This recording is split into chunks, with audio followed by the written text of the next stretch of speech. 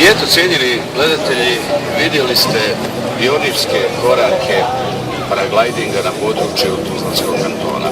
A tim povodom naš gost jeste Omer Bajrić, vođa tima Paragliding Tuzla. Ja vam želim dobrodošlicu u emisiju i odmah na samom početku, kakav je osjećaj prkosati u prirodi i letiti? Evo, prije svega da pozdravim sve kantona. Osjećaj je poprilično adrenalinski. Ovo je adrenalinski sport. Spada u grupu ekstremnih sportova.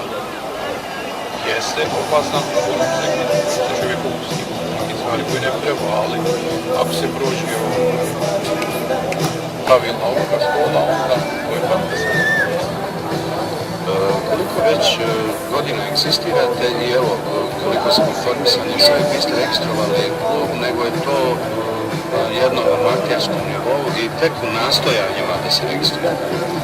Ovako, hajde da kažem, ja sam možda prvi Tuzlak, mislim da ću kažem iz sporta već davno biti godini. Pošao sam u licenciju, pionira u tom sportu u Bosni i Hercegovini. Bio sam dugo vremena sam, tako da nisam bio nešto posebno aktivno, međutim u posljednje 3 godine smo sportni stvari stvorilo se to jedna jezda sa Muhamedom Kočićem,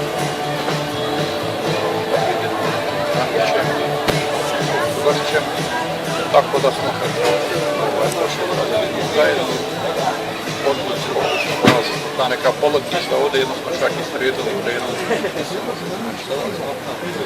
Koje je iz Kalesije, moram reći da ne bi presiji kako smo iz Kalesije došli u susret i da bi došli da smijeti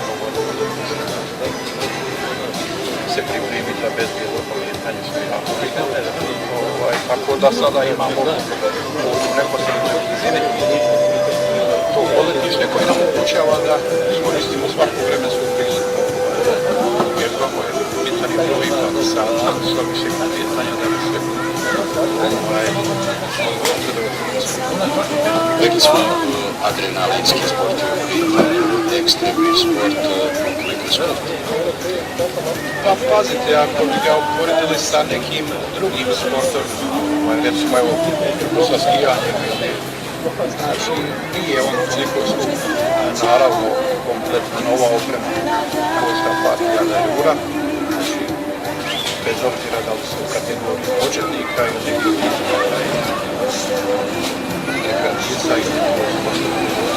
Uglavnom, danas je već mogućno da se može nabaviti polovna oprema sa potrebnim tako da se mislim da je pristupačno sa opremom. Kažete, jedini ste tim na području Tuzlanskog kantona. Koliko je taj sport popularan u Bosni i Hercegovini, imate saradnje sa nekim sličnim grupacijama? Pa ovako da vam kažem, znači, ovaj sport je u Bosnu došao neke 3-4 godine. Slovenci, mogućnost su prve pilote u Sarajevu, tako da je doživio popriličnu ekspanziju. Znači, danas imamo već nekoliko klubova u Bosni i Hercegovini koji nam treniraju jako dobre pilote. Znači, neki možda 30-ak vrhunske obršenih pilota, među kojima bih ja recimo istakao da poznajem rezivacije iz Sarajeva i Hektar Čizov, tako više nešto u oboju koji su sad dobro reći. A koliko ja znam, imaju sve poletište sa Odrena. Dobro. Mislim da treba još da se radi na popularizaciji ovog sporta, normalno s vašom medija, da bi onda bilo sve pravo. Evo, nažalost, slušamo o lošim vremenskim uvjetima, praktično kontinuirano cijelo ljeto. Kakvi vremenski uslovi trebaju biti da bi idealno proveli jedan dan plažnje? Pa pazite, poznavanje meteorologije je ključan element ovog. svako ko želi ozbiljno da se bavi ovim sportom, mora jako dobro poznavati meteorologiju, jer ona je prisutna za uvijek života. Tako da, mislim, ako čovjek dobro poznaje meteorološke uslove i prati, onda mislim da je mogućnost povredi nekog većeg rizika svedena na letite li po ovakvim malo kišama na sunce? Znači, obično su to uslovi pa se nama najviše odgovaraju. Uslovi sa vjetrom nekim brzine 3 do 4 metra u sekunde, eventualno 5. Mnogim sunčanim danom gdje ima puno tehnike. Da li putujete negdje, sastajete li se po, ajmo reći, u regiji, u Evropi? Pa pazite, mi smo, hajde da kažem, sa Vidom mora, bili smo u Srbiji, najpoče u vode. Sad je naš pilot, naš Hrvatskoj, na Omišu. Družili su se sa pilotima iz Hrvatske. Uglavnom, to druženje postoji, jako je intenzivno i ovisno kada neki klub organizuje druženje, jako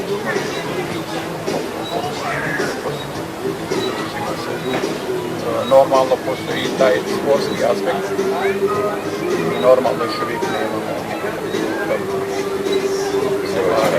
jese koji se pa imate tu dva segmenta, to je precizno slijetanje i karijela. Za precizno slijetanje i pa sad snagu nešto.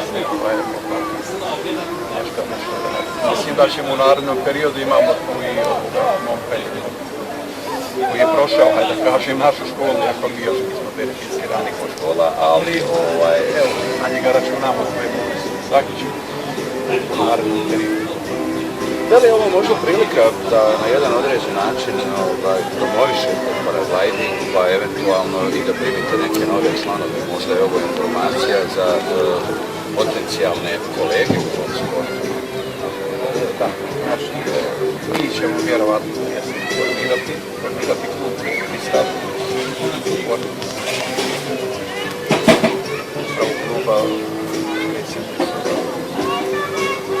vjerovatno neke nove članove, a tek onda se može raditi na školi. Imamo to političke gore u Gornjoj Struzi koji bi bilo školsko prenazo i koje bi mogao po meni svako da prođe. Znači nije neki limitirajući faktor ni godine starosti, ni rok, ni neka fizička spremnost. Tu bi svako mogao da proba. To je let u minim uslovima i na nekog sigurno 5-60 metara iza zemlje, brzinom leta od 200 metara za zemlju. A tu je bilo koga ko želi da Nerijetko ipak iz regije dobijamo vijesti nastradao paraglajder, su se ovdje i ondje, pa slušajući i čitajući te informacije, između ostalo bilo je jako iskusnim pilotima koji su ipak, pa eto tako, bili u pojedinoj slučaju. Svaki sport ima određenu dozu rizika i povrede moguće.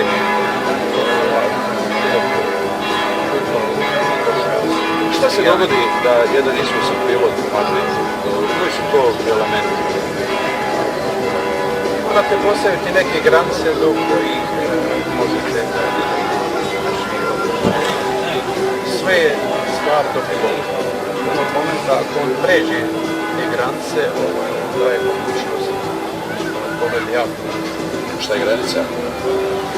Ja prvenstveno mislim svoje znanje. Nekada i ta samouvjerenost da možete uraditi nešto puno više nego što objektivno možete. Dešavali su se slučajevi, ali opet ja moram da kažem da su oni obzirom na broj letova pilota koji su u zraku svedeni opet na minimum. Tako da, recimo, u jednoj njemačkoj matrici, koliko ja znam, 240.000 registrovanih pilota, a imate godišnji možda jedan, eventualno dva slučaja sa smrtnim ishodom. Moramo priznati malo sjedom, recimo, ja koliko znam, evo, godinama skijam. Mislim se prirodilo jako teških povreda skijam. I kada je riječ o paraglidingu, koje su to visine na kojima letite i otprilike koje dužine, odnosno vremenskog intervala? Pa sad na ovom podneblju na kojim ova dva poletišta kojima trenutno raspolažemo vrlo visoko od Kalesije i poletište Vrtaše od Bahrači. Znači, imamo tu visinske razlike od 200 do 350 metara. One normalno ne mogu kružiti nešto puno, ali se može na njima reći visine do par stotina metara iznad granica. Pa letovi, ovisno o vremenskim uslovima, mogu da traju našim žargonom kažemo čistoj curioni kada nema ništa. Tako, kada se ne dešava, to je 6 minuta pa do nekih 8. Ništa, ja se nadam da smo našim gledateljima približili paragliding. Preostaje mi da vam se zahvalim na razgovoru i pretpostavljam da smo pričali baš o svim aspektima vašeg sporta. Hvala vam, u svakom slučaju, evo ja bih osnovao oni koji su zainteresovani za ovaj sport. To da probaju da ćemo mi na jesen organizovati malu školu, da izvršimo jednu prezentaciju, normalno kada budemo tako i da može probati da malo osjeti taj prvi let se ne zaboravi. Svi ovi letovi, recimo, koji se ja do sada napravili, dosta kolege, svima nama ostaje taj prvi moment kada se vi odmojite od zemlje, se ne zaboravlja.